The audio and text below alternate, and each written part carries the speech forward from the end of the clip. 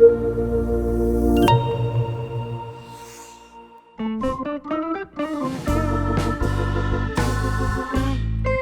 eu sou a Aline Dalroy e esse é o podcast É Verdades.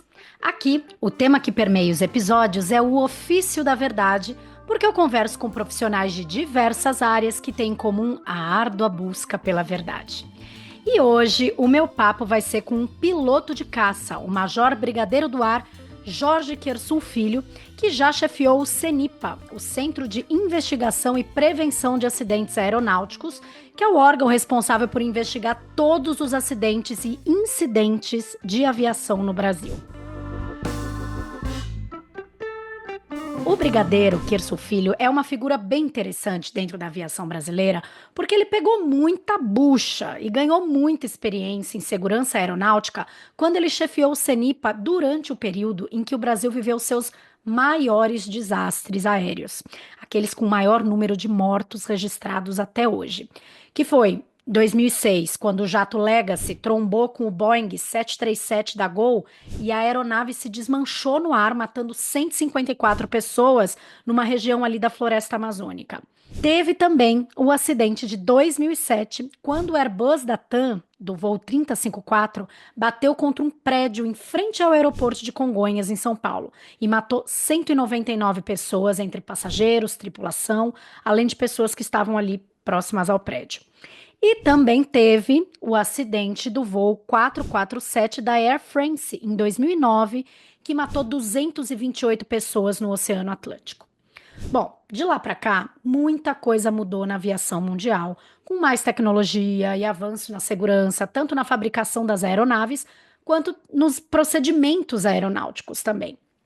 Só que ainda assim, falhas mecânicas e humanas contribuem para que outros acidentes aconteçam, como é o caso da queda do avião da Voipaz em Vinhedo, no interior de São Paulo, que matou 62 pessoas em agosto de 2024 e ainda está sendo investigado, e também, mais recentemente, outros tantos acidentes, principalmente com aeronave pequena, que a gente tem visto com frequência nos noticiários, como é o caso da aeronave que despencou ali na Avenida Marquês de São Vicente, na Barra Funda, que é uma avenida muito movimentada aqui da Zona Oeste de São Paulo. Infelizmente, no meio da comoção pública, muita desinformação é compartilhada. E é justamente para combater essas fake news que eu resolvi entender mais como funcionam as investigações de um acidente aéreo. Bem-vindo, Brigadeiro. Em primeiro lugar, eu queria entender com você qual é a diferença de acidente e incidente, porque de uns tempos para cá, a gente tem visto muita notícia envolvendo a aeronave, seja acidente grave, seja uma aeronave que sai da pista, e a cada hora eu vejo a imprensa chamar de uma coisa, então eu queria entender qual que é essa diferença. Tem várias definições. Tem incidente, incidente grave e acidente. Tem ocorrência de solo. Então, tudo que acontece na aviação é muito bem já estabelecido e muito bem escrito. A gente tem que enquadrar aquele evento numa dessas definições. Então, se há uma colisão com um carrinho de reboque no avião, é um incidente de solo. Se é uma colisão da ponta da asa com um poste no táxi, é um incidente. Se é um pouso placado, né, que, digamos, o trem de pouso quebra, é um incidente grave. E se é um evento que atinge estruturas importantes da aeronave, como eu falei, o trem de pouso, de repente pode ser enquadrado como um incidente grave. Mas, como exemplo prático, né? O avião da empresa da Pantanal, que saiu da pista em Congonhas no dia anterior ao acidente do 3054, inicialmente nós o tínhamos classificado como um incidente grave, porque ele havia saído da pista, né? Tinha estragado razoavelmente, mas a gente não havia considerado como acidente. Porém, quando ele foi retirado do local, por isso que eu digo, a classificação ela pode evoluir, né? Quando ele foi tirado do local, foi identificado que ele teve avarias graves em sistemas importantes da aeronave. E no nosso deslocamento para atender o 3054, nós reclassificamos o incidente grave da Pantanal para acidente. Então, indo para São Paulo, nós já dividimos a equipe que a gente estava levando para atender o 3054, porque agora nós tínhamos 2 acidentes a serem investigados. Só para relembrar, esses 2 acidentes que o brigadeiro está se referindo aconteceram em julho de 2007, em 2 dias consecutivos. Então, no dia 16 de julho de 2007, um avião pequeno, a TR-42, com capacidade para 45 passageiros, de uma companhia aérea que nem existe mais, que era chamada de Pantanal, derrapou feio na pista do aeroporto de Congonhas, em São Paulo. No dia seguinte, no mesmo lugar, aconteceu aquele que foi o maior acidente aéreo do Brasil, que eu já mencionei na abertura do episódio, quando o Airbus A320 da TAM, que voava de Porto Alegre para São Paulo, saiu da pista no aeroporto de Congonhas e atingiu o hangar da companhia, que ficava do outro lado da avenida, matando 199 pessoas. Nessa ocasião do acidente da TAM e do voo da Pantanal, eles foram causados pela mesma coisa, que foram as falta de ranhuras na pista? A gente costuma dizer que nenhum acidente acontece por um fator único. Normalmente é uma cadeia de fatores que vão levar ao evento, seja catastrófico, como no acidente do 3054, ou um acidente não catastrófico, como foi o da Pantanal. Eu não posso dizer para você que tenha sido a mesma causa, mas muito provavelmente fatores que estiveram no Pantanal também provavelmente estivessem no 3054. Então, digamos assim, eu não vou dizer para você, influenciaram. Não. Como os advogados dizem, cada caso é um caso, né? E cada acidente tem fatores que a gente identificou como contribuintes, não contribuintes ou indeterminados. Então, se nós compararmos os 2 relatórios finais, há a possibilidade, sim, de ter fatores contribuintes idênticos nos 2 acidentes. Mas não necessariamente as ranhuras, porque esse acidente lá em São Paulo foi um acidente que trouxe muita frustração para a nossa equipe. Contar a história para você, porque a gente vive, como você disse, de buscar a verdade, né? Um dia entrou um coronel na minha sala e falou assim para mim: teremos um acidente em Congonhas. Porque ele estava acompanhando todos os eventos que estavam acontecendo em Congonhas. Eu falei assim, não, nós não teremos enquanto a gente puder fazer alguma coisa. Me conta aí qual é a sua conclusão. Aí ele, assim, o que nós precisamos fazer? Vamos fazer isso, assim, vamos reunir. Resumindo, entre o Natal e o Ano Novo de 2006 para 2007, nós fizemos uma reunião no CENIPA, que poucas pessoas conhecem, e nós reunimos lá todas as figuras que tinham alguma participação na operação em Congonhas. E nós expusemos a nossa teoria, que nós teríamos um acidente muito em breve em Congonhas, principalmente por causa do acúmulo de água na pista. E aí, nós tínhamos que tomar alguma providência para evitar o acidente. Então, nós começamos a fazer medições na água, no volume de água na pista, a todo momento que tinha chuva no local. Então, quando era considerado, não, agora a chuva está mais forte, ia lá uma pessoa fisicamente e media o nível da água na pista. E se atingisse certo nível, as operações eram encerradas.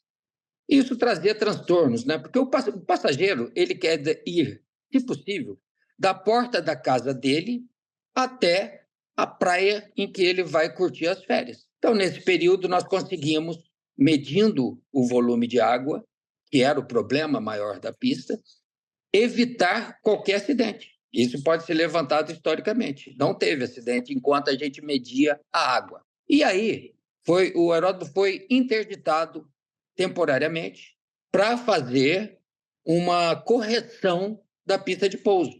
E foi feito esse trabalho todo na pista de pouso. Foi usado temporariamente a pista auxiliar para aquelas aeronaves que podiam operar na pista auxiliar. Então, quando a pista foi totalmente recuperada, nós meio que respiramos, né? Porque, foi feito o trabalho necessário na pista. E a pista foi liberada para o uso.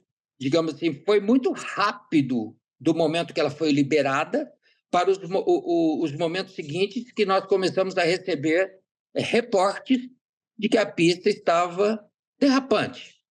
Porque o reporte demora um pouquinho para chegar. O piloto faz o reporte, chega para a empresa analisa o que ela pode fazer, o que está no nível dela, ou ela passa para o nível superior, até que chegue ao CENIPA.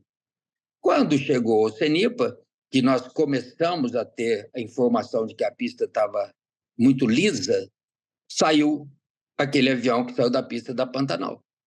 E no dia seguinte, saiu o 3054.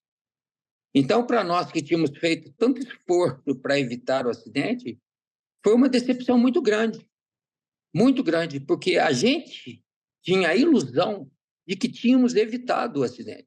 E, no entanto, ele aconteceu com a pista totalmente recapeada. E aí foram tomadas novas medidas na pista, né? E o grande gol da aviação e da busca por melhorias é que hoje a pista de Congonhas tem até uma saída com concreto poroso que pode frear a aeronave, que não tinha na época. Então, o fato de nós termos todo um sistema de investigação e prevenção de acidentes aeronáuticos no mundo inteiro torna a aviação o sistema de transporte mais seguro do planeta. Só perde para elevador e escada rolante, porém não infalível, né? Em agosto de 24, quando caiu o avião ali da Voipaz, em Vinhedo, e matou 62 pessoas, tinham 14 órgãos ligados à aviação trabalhando nas investigações. Quem é hoje o maior órgão responsável por prevenção de acidentes no Brasil? É o CENIPA? O CENIPA, como o nome diz, é investigação e prevenção de acidentes aeronáuticos. Porém, a prevenção também é dividida na prevenção proativa e reativa. Então, na época que eu estive junto com aquela equipe no CENIPA, eu era mais um deles, nós fazíamos muitas ações de prevenções, muitas ações de prevenção. Então, a gente fazia seminários, a gente fazia visitas, literalmente visitas, ou inspeções solicitadas, porque tinha órgão, empresa, oficina que falava: vocês podem fazer para mim aqui uma vistoria de segurança? Porém, com o passar do tempo, e aí eu já estava fora do CENIPA, chegou-se à conclusão que o CENIPA seria mais ou menos o que é o NTSB americano, que é o CENIPA americano, digamos assim, só que um CENIPA muito melhor e que atende todos os modais de transporte. Ou seja, nós ficaríamos só com a prevenção reativa, ou seja, aquela prevenção que advém dos acidentes, das investigações de acidentes e incidentes graves. O maior e principal órgão de prevenção do Brasil não é o CENIPA. De prevenção é a ANAC. A partir do momento que ela homologa todas as aeronaves que entram no país, que ela fiscaliza, que ela incentiva, que ela acompanha, que ela determina, que ela faz a legislação. Então, não tem órgão mais importante no país para a prevenção de acidentes aeronáuticos do que a própria Agência Nacional de Aviação Civil. Porém, como a própria lei diz, todos aqueles que trabalham na aviação são responsáveis pela prevenção de acidentes aeronáuticos, cada um no seu nível. Bom, então é a ANAC, a Agência Nacional de Aviação, que fiscaliza a segurança de todas as empresas aéreas no Brasil. Então, Brigadeiro, eu queria entender, a gente tem visto tanto acidente, principalmente com a aeronave de pequeno e médio porte. Queria entender o que o senhor acha que está faltando. Está faltando fiscalização, será? Eu sempre disse o seguinte, que as empresas grandes, as empresas de aviação regular, aviação comercial, as empresas que a gente conhece, que operam no Brasil, brasileiras ou não, elas são as maiores interessadas em não ter acidentes. Eu diria até o seguinte, a gente nem precisaria ficar muito de olho nelas, porque elas tem que cumprir uma série de regulamentos internacionais que, se ela tiver um acidente, o prejuízo é tão grande que não vale a pena. A gente nem precisaria fiscalizar, na minha visão, uma empresa dessa, porque ela sabe o preço de um acidente. Bom, mas são justamente essas empresas grandes as mais fiscalizadas pela ANAC. No site da agência, eles dizem que quanto maior o impacto das operações da companhia aérea para a sociedade, mais frequente e detalhado é o acompanhamento e a supervisão que a ANAC faz. Numa nota para a imprensa, quando caiu o avião na cidade de Vinhedo, no interior de São Paulo, a ANAC disse que só na Voa e Paz foram realizados 274 atividades de vigilância de 2001 até quando caiu o avião em agosto de 24.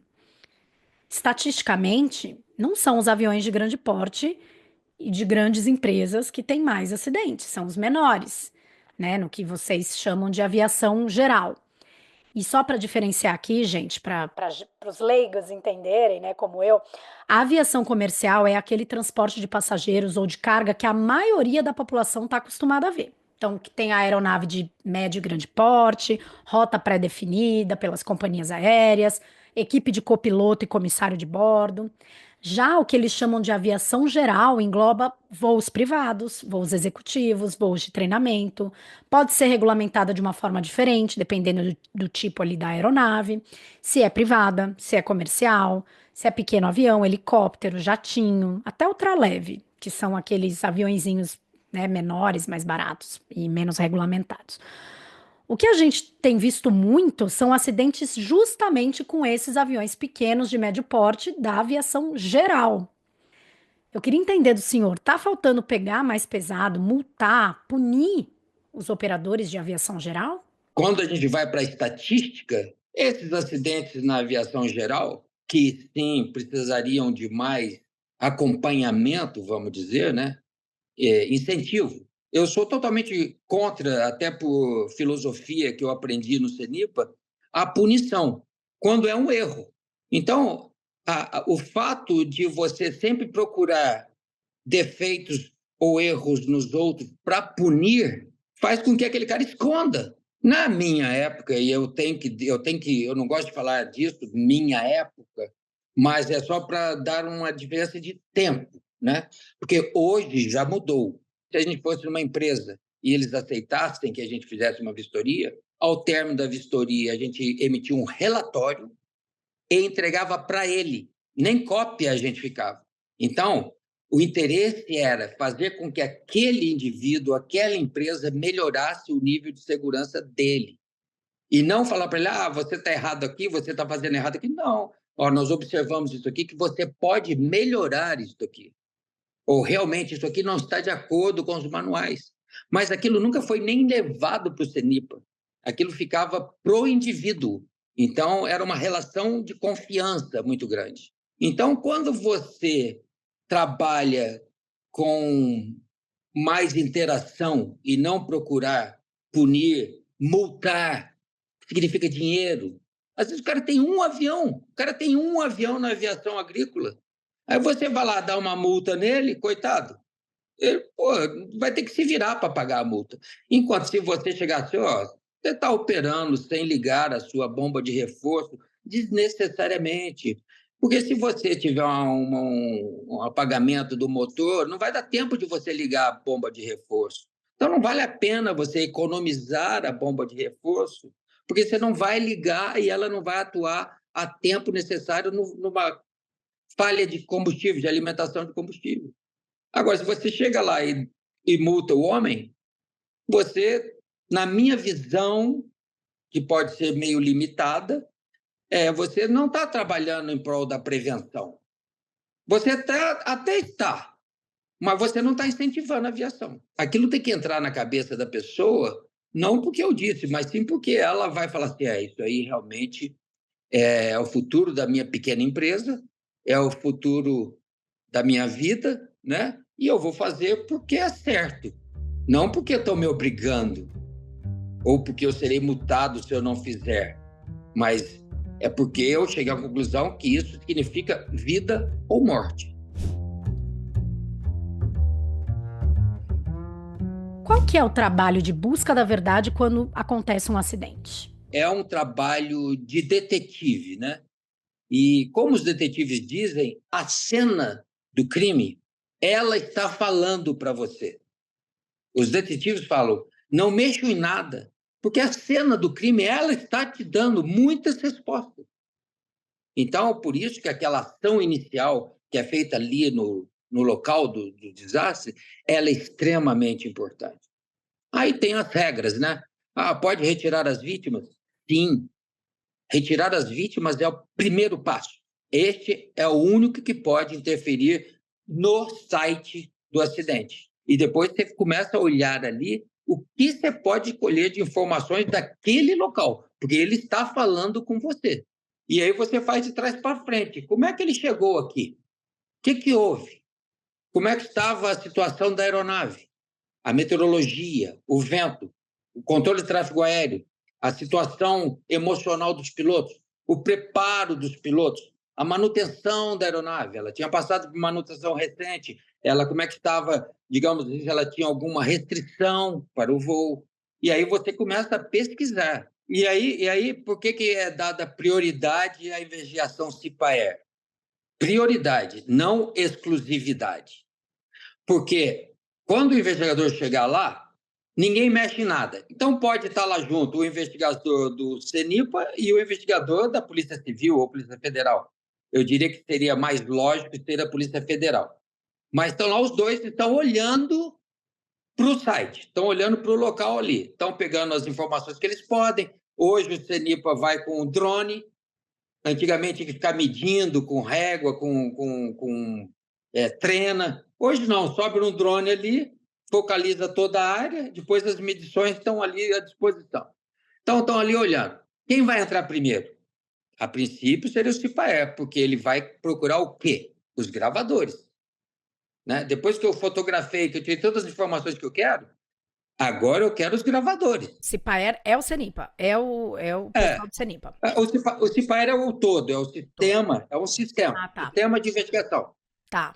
Cujo órgão central é o CENIPA. Quem vai entrar primeiro? Quem sabe um pouquinho melhor onde estão os gravadores. Sim. Você vai focar onde buscar o gravador, onde você sabe. Naquele modelo, o gravador está na cauda ou está no centro do avião. Então vai entrar lá o investigador e falar, está aqui, ó. O gravador é a caixa preta? É. E Então, a caixa preta é a coisa mais, vou pensar assim, menos indestrutível é realmente ou isso é um mito? Não, mito não. Aquilo ali é realmente uma obra-prima da engenharia. Para você destruir uma caixa preta, você tem que estar com muita vontade.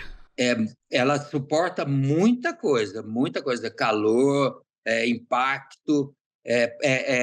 Mesmo que ela caia na água, ela fica protegida. Então, é um equipamento muito bem feito e que sofreu, desde o início dela, uma evolução muito grande. Então, os primeiros gravadores gravavam 2 ou 3 fatores lá. Hoje, são centenas de dados que são gravados no gravador de dados, né? E no gravador de voz, que é o Voice Recorder e o Data Recorder. Então, no gravador de voz é gravado tudo que foi conversado na cabine, tanto entre os pilotos como com o controle de tráfego aéreo e outras aeronaves. E o gravador de dados tem centenas de dados. Por que não tem uma imagem? Por que não tem um gravador de imagem? Eu acho que eu vou parar de falar contigo porque você está começando a ficar muito sabereta, sabe? Mas sendo bastante objetivo. É uma discussão. Essa é uma discussão interessante, porque você está se intrometendo no individual. Mas a fala já não é uma intromissão? Pois é, mas tem uma. Por isso que eu disse para você, é uma discussão interessante, porque já foi levantada essa hipótese e ela não morreu ainda.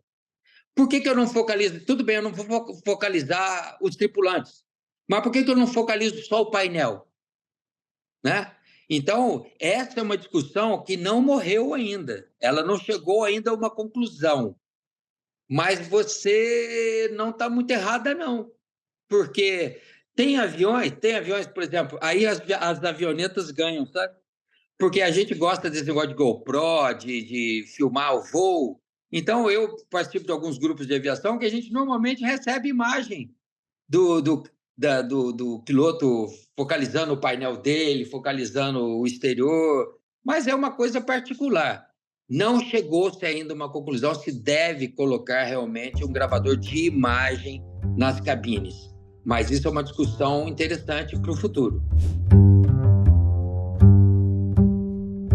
Dados recentes do CENIPA, que juntaram investigações dos últimos 10 anos, mostram que a principal causa dos acidentes de avião é a falha humana, seja o mau julgamento dos pilotos na hora do voo, erro na tomada de decisão, erro na falha ali no planejamento do voo.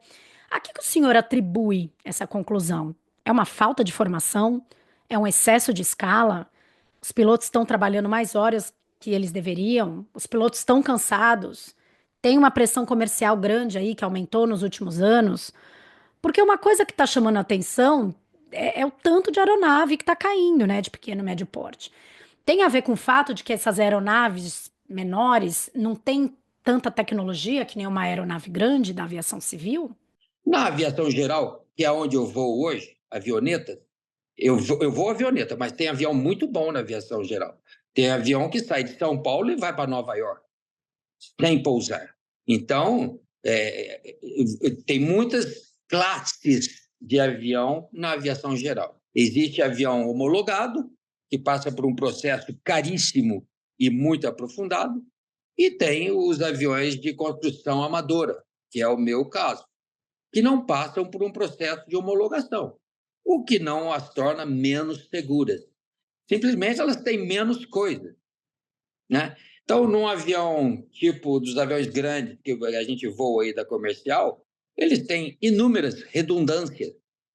Então, para um avião desse parar de ter suprimento de combustível, é muito pouco provável. Só se realmente ele não reabasteceu e vai acabar o combustível. Para ele perder comandos de voo, é muito pouco provável, porque ele tem redundâncias de comandos de voo. O que não dá para colocar num avião pequenininho. Se eu for colocando muita coisa no avião pequenininho, ele vai ficar com peso tão alto que eu não vou conseguir o motor para levar ele para voar, né? Então, a gente tem que diferenciar muito as classes de aeronave. E o que acontece? Normalmente, quem está numa classe de avião mais baixa, digamos, vamos pegar assim, o monomotor, também, a princípio, são os menos experientes, confere? Porque conforme ele vai adquirindo experiência, se ele quer ser piloto para ganhar dinheiro, piloto comercial, ele quer ganhar experiência para ir mudando de equipamento, até que ele chegue naquele bonitão que está ali no aeroporto, 4 motores, uma coisa linda, uma joia da aviação. Então, digamos assim, aqui embaixo nós pegamos os aviões menos aquinhoados, vamos dizer assim, né? E os pilotos, a princípio, com menor experiência. Então, é natural que, juntando essas duas coisas, a gente aumente o nosso risco. A gente costuma dizer o seguinte: avião novo e piloto velho é o mundo ideal. Só que normalmente você não tem isso. Normalmente você tem avião velho e piloto novo. Ou seja, você junta o pior dos casos. Está todo mundo adquirindo experiência. E só tem um jeito de adquirir experiência na aviação: é voar. Então, quando o piloto chega na aviação comercial, ele já passou por diversas experiências.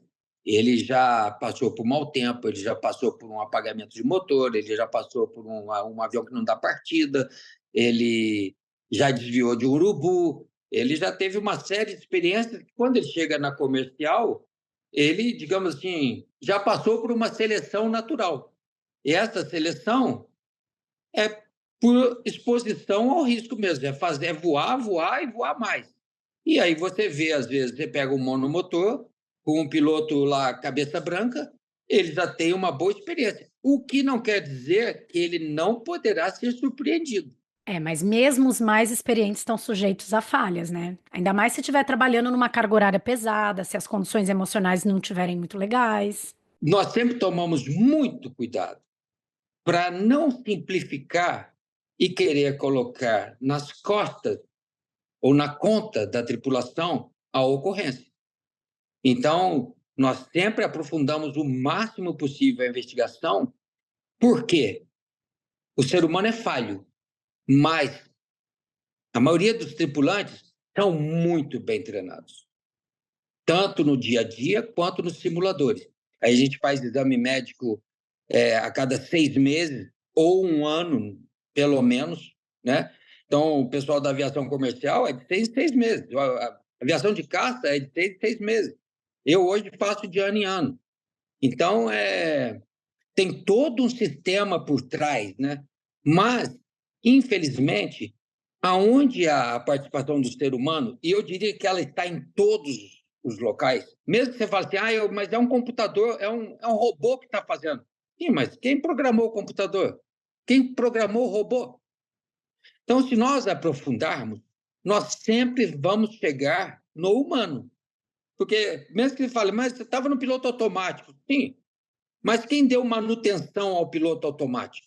Ou, mas é problema do fabricante. Sim, mas o fabricante é uma figura, fabricante, empresa tal. Mas quem fez foi o empregado.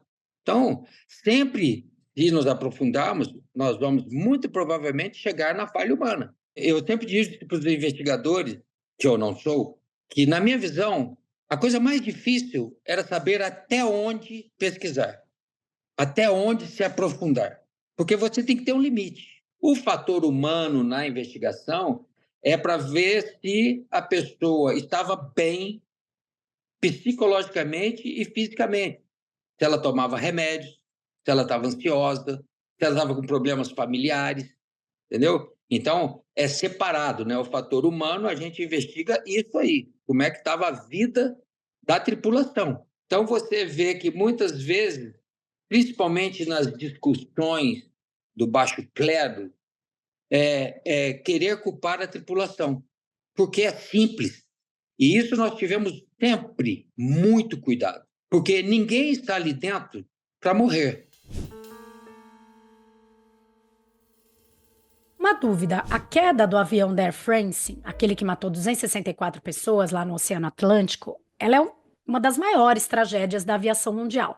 E ela inaugurou um capítulo da história da aviação novo, porque depois desse acidente, o setor aéreo adotou novas normas de treinamento da tripulação, vários procedimentos de segurança, e também foi o primeiro evento da história que uma companhia aérea que era, né, a Airbus, que também é o fabricante do avião, teve que responder na justiça sobre a acusação de homicídio involuntário corporativo. Então, essa responsabilização das grandes empresas, porque o senhor disse que é um pouco contra multar todo mundo aleatoriamente e tal, mas essa responsabilização, ela mudou? Ela teve um peso ali na segurança da aviação no geral? Eu diria que a responsabilização sempre existiu. E eu agradeço até essa tua pergunta, porque ela é muito importante. É difícil para as pessoas entenderem que, no Brasil e na maioria dos países do mundo, a investigação CIPAER, do Sistema de Investigação e Prevenção de Acidentes Aeronáuticos, ela tem um objetivo único, que é evitar novos acidentes. Isso não quer dizer que não possa ter outras investigações com outras finalidades. E no Brasil, isso foi reforçado recentemente pelo STF. No Brasil, acompanhando a maioria dos países que são signatários da OACI, que é o órgão que trata da aviação mundial, e o Brasil desde a sua criação, devem existir investigações paralelas e independentes. Por quê? Veja bem, se eu converso com um piloto que teve um acidente, está vivo e pode me ajudar. Aí ele vem e fala para mim assim, Kelso, é o seguinte, eu fiz isso assim, assim, assim, e cometi um erro, não uma violação. Porque se existir uma violação, a investigação imediatamente se afasta e para a investigação. É um critério nosso. Então, se houve uma violação, passa a ser problema de polícia, porque isso não traz qualquer benefício à prevenção de acidentes aeronáuticos. Porque o cara fez alguma coisa proposital. Ele quis fazer. Não foi que ele errou. Então, voltando. A nossa investigação, quando alguém fala o que aconteceu e assume os erros, isso é importantíssimo para a gente. Mas ele está, diante da investigação policial, produzindo provas contra si mesmo. E isto, a legislação brasileira protege. Ninguém é obrigado a produzir provas contra si mesmo. Tanto é que, se você está sendo julgado, você pode mentir. Mas se você for testemunha, você não pode mentir. No caso do piloto, ele é, digamos, numa investigação policial, a própria vítima. Ele vai produzir provas contra ele. Aí, se a polícia vem e pega esse testemunho dele, que nós escrevemos, e usa na justiça para puni-lo, acabou a prevenção de acidentes aeronáuticos. Acabou. Ninguém mais vai falar com a gente. E nós temos tido dificuldade para ter esses testemunhos. Um outro reforço na separação das investigações. A investigação CIPAE, ela pode partir de suposições. Então, você pode supor o que aconteceu. Vamos pegar um exemplo que veio aqui rápido na cabeça. Nós perdemos um C-130 perto de Fernando de Noronha à noite. E esse avião nunca foi encontrado. Mas foi feita uma investigação. E foram levantadas hipóteses para o acidente. E a hipótese mais provável foi de um deslocamento da carga da aeronave ou uma desorientação da tripulação. E, em cima disso, a gente pode emitir recomendações de segurança. Mesmo você não tem o avião, você não tem nenhum dado, mas você fez uma análise por que pode ter acontecido. E isto, na investigação policial, é impossível. Você não pode trabalhar com hipóteses, você tem que trabalhar com fatos. Então, quando fala, o crime, cadê a arma do crime? Se não tiver a arma do crime, já complicou a investigação policial, certo? Na nossa, não. A gente não precisa da arma, a gente não precisa de nada. A gente precisa só raciocinar. O que pode ter levado a esse acidente? Então, há uma diferença tão abismal entre as duas investigações que, sim, elas devem ser separadas e independentes. Um juiz pode porque é poder, no sentido literal, ele pode pedir uma investigação CIPAE. Ele pode pedir que um investigador vá lá e para que ele forme o pensamento dele com relação àquele evento. Ele pode isso. Agora, o que ele não pode é usar aquela investigação para condenar um indivíduo, na nossa visão. Mas, mesmo assim, na legislação brasileira, ele pode. Então, é um perigo muito grande, porque a gente corre o risco de ninguém querer falar com a investigação CIPAE. E isso traz um prejuízo à investigação, à segurança de voo absurdo. Nada impede de que a gente compartilhe informações, né? Porque tem situações que você tem que fazer uma análise num equipamento em que, ao abri-lo, você vai destruí-lo. Então, é uma análise destrutiva. Ora, se só eu ficar com essa informação, eu estou prejudicando a outra investigação, né? Mas a outra investigação, ela tem que me pedir, pô. Eu não vou falar para ela, tá aqui, ó. Cada um faz a sua investigação. Elas são paralelas e independentes. Se ele pedir, se o policial, o delegado, o responsável pela investigação policial pedir ao CIPAE aquela análise destrutiva de um equipamento, aí acho que é obrigação do CIPAE entregar para ele essa análise, porque ele não tem como refazê-la. Alguns acidentes aéreos que aconteceram no Brasil, eu cobri todos esses que o senhor participou no CENIPA. Eu trabalhava no Estadão, eu não era do setor que cobria esse tipo de coisa, mas quando acontece uma coisa dessa, é uma comoção, inclusive, dentro da imprensa, né? A gente é mobilizado de outras áreas para também participar, porque é uma cobertura muito grande.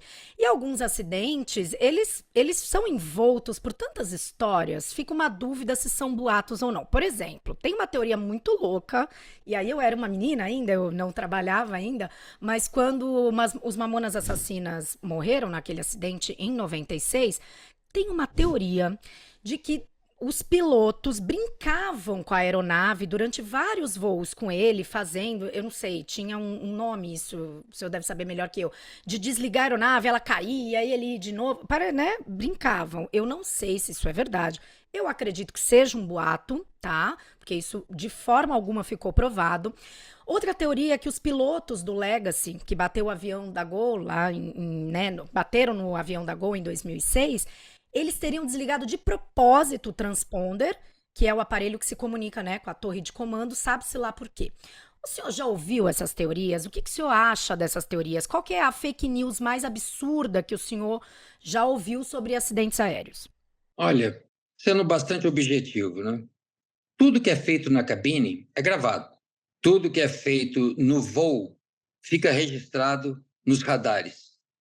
Então, eu diria o seguinte: os bons profissionais não fariam isso. Nessa hora, o que acontece? A imprensa é ávida por notícia, certo? Porque vive disso, é natural. Então, não critico ela ser ávida por notícia. Eu critico quem é consultado nessa hora, porque cada um fala o que bem entende, porque não tem responsabilidade. Porque se cada um falasse uma besteira e fosse responsabilizado, eu tenho certeza que as besteiras diminuiriam.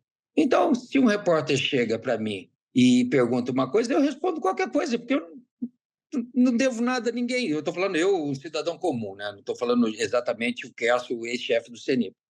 Mas se chega ali para um manezinho ali e fala, o que você acha que aconteceu?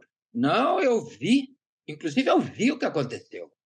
E aí aquela notícia é dada por um órgão de imprensa, os outros vão lá, copiam um pouco e modificam o que está escrito e passa a ser notícia dele, e isso se espalha como fogo, né? Nessa hora, ou você procura quem realmente está envolvido, né? E ele vai dizer, esse é o problema, quem está envolvido realmente vai dizer para você, no momento eu não posso dizer nada, porque eu não tenho uma informação que eu possa lhe passar e que seja realmente factível. Então, isso para a imprensa não interessa, porque ela sabe que o investigador vai responder isso. Mas se ela pega um especialista que está acostumado a dar ali uma entrevistazinha, nesse momento aparece, ele é sempre procurado, ele vai falar.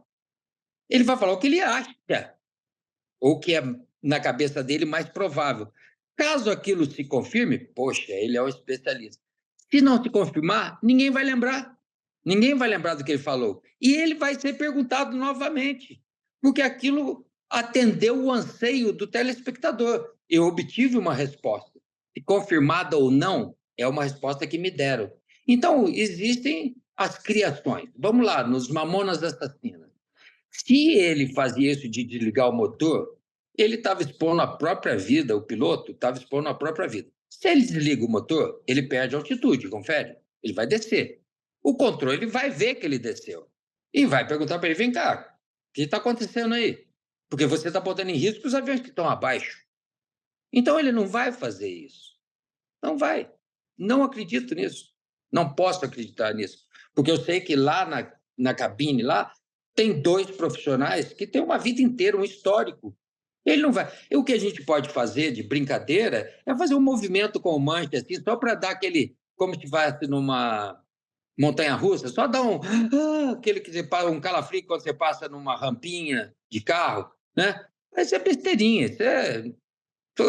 isso, o mau tempo faz isso. Você nem precisa fazer isso, porque o próprio meteorologia vai fazer isso. Então, não acredito que nos Mamonas Assassinas tenha havido isso, né? Tem um relatório final sobre esse acidente que pode ser pesquisado e o que foi possível levantar está ali. É possível fazer uma denúncia anônima para o CENIPA? Por exemplo, digamos que eu trabalhe lá em alguma, né, enfim, empresa, alguma coisa, e eu veja algo que está bem complicado ali, que pode sim causar um acidente. Eu posso anonimamente ligar para o CENIPA, ou mandar um e-mail, ou mandar uma carta, ou mandar qualquer coisa para o CENIPA denunciando? Eu estou começando a ficar preocupado com você, Aline. Ou você estudou muito antes dessa nossa conversa, ou você está tendo ideias assim mirabolantes. Na realidade, o sistema é tão bem feito, porque isso foi pensado, né?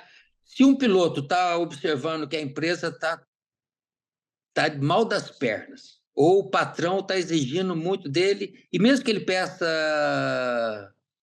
peça demissão, o próximo piloto pode sofrer esse mesmo tipo de pressão. Existe, sim.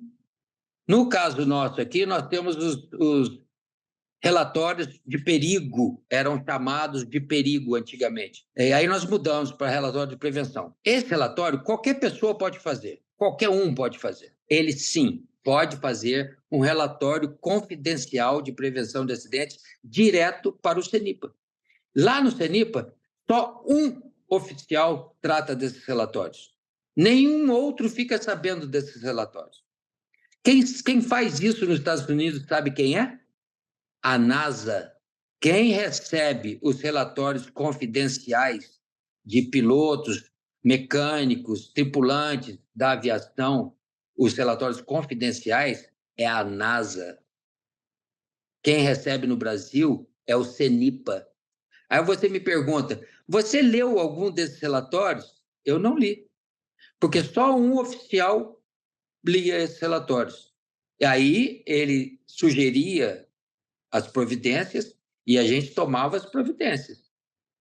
Mas mais ninguém ficava sabendo.